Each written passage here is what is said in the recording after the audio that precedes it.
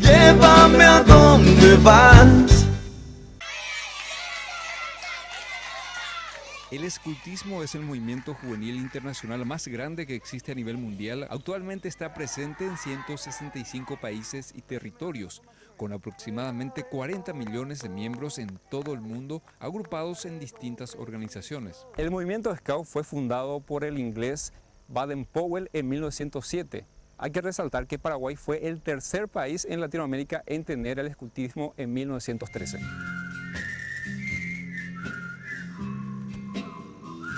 Más de 100 años de escultismo en Paraguay continúa en fuerte crecimiento. ¿A usted le gusta venir al Scout? Sí, porque porque nos vamos de campamento y nos divertimos.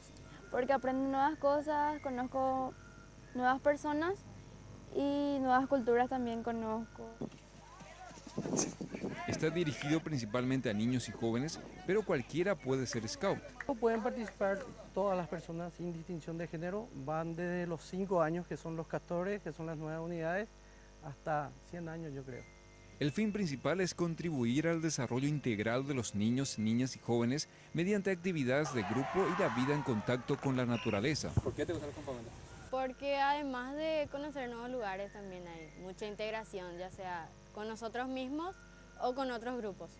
Es un movimiento que ayuda a los chicos a superarse, a crecer, a ser cada vez mejores, a distinguirse justamente por eso, a ayudar a su prójimo en todas circunstancias. Como Scout, nuestra primera visión es dejar el mundo en mejores condiciones de como lo encontramos. La Hermandad de Scout del Paraguay, como parte de los festejos del Día de San Jorge, patrono del movimiento, prepara diversas actividades donde participarán delegaciones de todo el país y del extranjero. Este sábado 22 es el desfile anual de los Scouts a nivel nacional.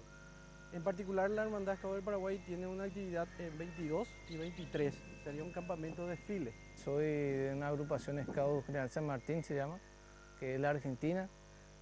Nosotros vamos a participar también del desfile del Día del Scout. Y los jóvenes, los Scouts en todas las unidades están realizando esta marcha y con una simbología muy especial. La Marcha Scout por la Paz Mundial se llevará a cabo el sábado 22 de abril a las 18 horas frente al Panteón de los Héroes. Llévame a donde vas.